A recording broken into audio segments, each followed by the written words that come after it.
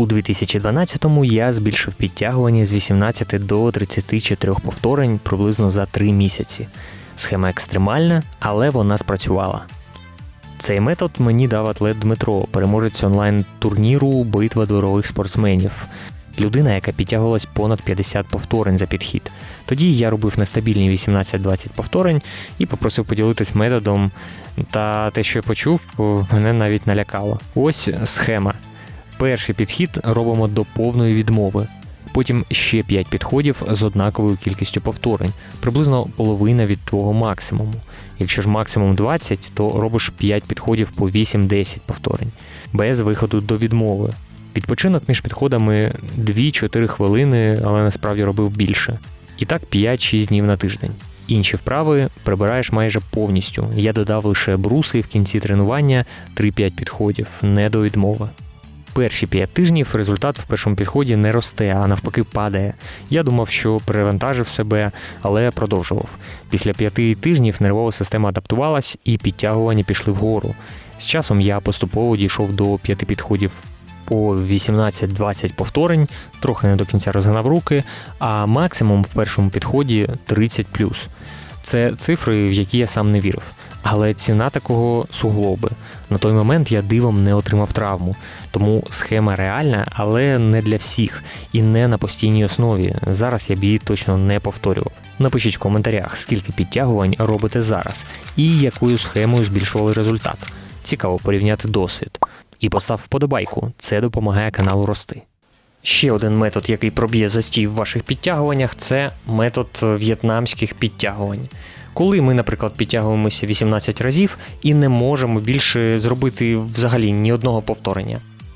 А, наприклад, тоді зробіть 14-15 повторень, повисніть на одній руці, інша рука буде відпочивати. І потім змініть руку. Далі візьміться 2 руками та зробіть 1-2 повторення. Потім знову повисніть на кожній руці почергово. Підтягніться ще 1-2 повторення. Так ми зможемо зробити ще десь 5, а то й 10 повторень. З часом це вплине на підтягування класичні на 2 руках, без в'єтнамського стилю. Ще один метод, який я побачив у команди Barbarians, Зефа Закавелі та інших її учасників, це те, як вони роблять, наприклад, от Віталій Фещук, також наші, Руслан Саїбов, як вони завертають хват. Я покажу на відео.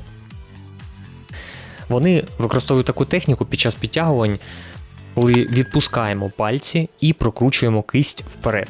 Це нам дозволяє розвантажити хват і в результаті зробити більше повторень.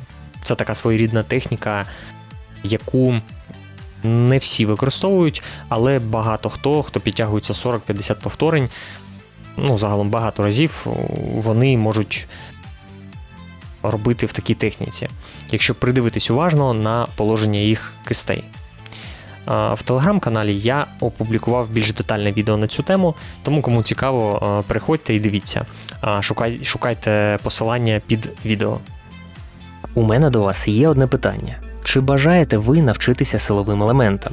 Наприклад, стійки на руках, прапорці, виходи на 2, передній вис, ластівка, горизонт та багато інших, які не просто видовищні, але й цікаві у вивченні і розвивають ваші м'язи. Щоб придбати книги з планами тренувань і навантажень, технікою виконання, з фото або відео, то напишіть мені повний список елементів детальніше під відео. А якщо вам цікава тема силових тренувань, обов'язково подивіться ось це відео на каналі Владарович. Або напишіть мені, щоб я склав вам план тренувань, відгуки і деталі на сайті.